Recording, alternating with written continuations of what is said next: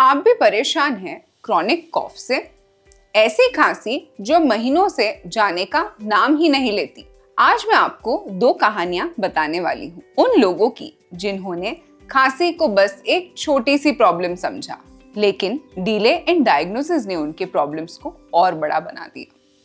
ये वीडियो उन सब के लिए है जो सोच रहे हैं अभी कफ है, थोड़े टाइम में ठीक हो जाएगा, क्योंकि हर बार ऐसा जरूरी नहीं होता। कॉफ हो सकता है एक सिग्नल किसी अंडरलाइंग इश्यू का, जैसे एलर्जी, GERD या किसी लंग कंडीशन का। Please don't ignore chronic cough. पहले जानिए कॉज, तभी मिलेगा सही treatment. When cough was more than just an AC allergy. जानिए एक मार्केटिंग एग्जीक्यूटिव के बारे में, संजय, जो हमारे पास आए। 2 महीने से उन्हें लगातार ड्राई कॉफ था। वो परेशान हो गए थे। उनका कहना था, मुझे तो AC से एलर्जी है। खांसी वहीं से होती है, कभी कभी डस्ट में जाने से भी खांसी शुरू हो जाती है। संजय ने over the counter cough syrup लेके मैनेज करने की कोशिश की, लेकिन खांसी ठीक नहीं हुई।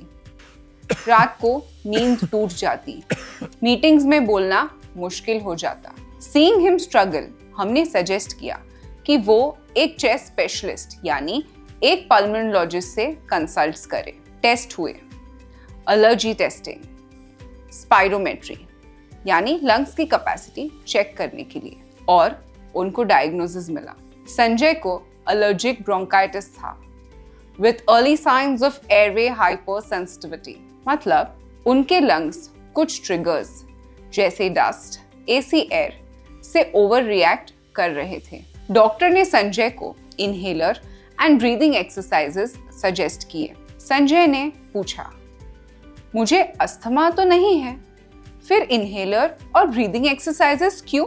डॉक्टर ने उसे समझाया, इनहेलर सिर्फ अस्थमा के लिए नहीं होता।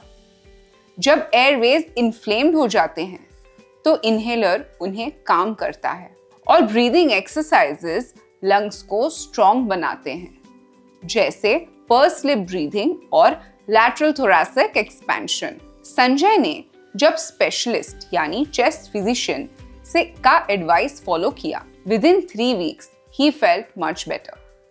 कॉफिंग कम हो गई, नींद इंप्रूव हुई और कॉन्फिडेंस वापस आ गया। अब सुनते हैं दूसरी कहानी।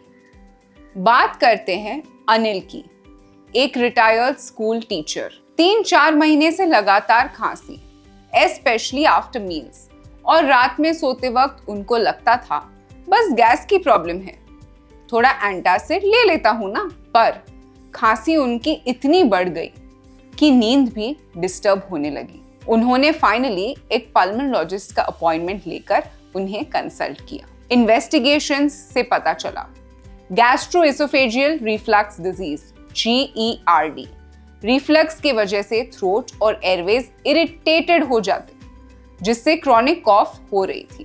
ट्रीटमेंट प्लान सिंपल था, acid reflux control with dietary changes, early dinners, avoiding spicy food, propping up the bed while sleeping, and breathing exercises to reduce airway reactivity. उन्होंने 2 हफ्तों में डिफरेंस फील किया, खांसी नोटिसेबल कम हो गई और नींद भी सुधर गई। उनका कहना था, काश पहले डॉक्टर के पास गया होता तो इतना सफर नहीं करता। Now let us know the moral of both the stories. कॉफ को सिर्फ एक सिम्टम मत समझो। Don't suppress it with syrups. Understand the reason behind it. Get evaluated early. Please consult a specialist. Remember, inhaler लेना weakness नहीं, awareness है। Breathing exercises सिर्फ patients के लिए नहीं, prevention के लिए भी जरूरी है। Early diagnosis leads to early relief. आप अकेले नहीं हो, ज्यादातर पेशेंट्स इसी स्ट्रगल से गुजरते हैं। फर्क तब पड़ता है जब हम अपनी हेल्थ के सिग्नल्स को सीरियसली लेते हैं। Take the first step, listen to your lungs before they scream for help.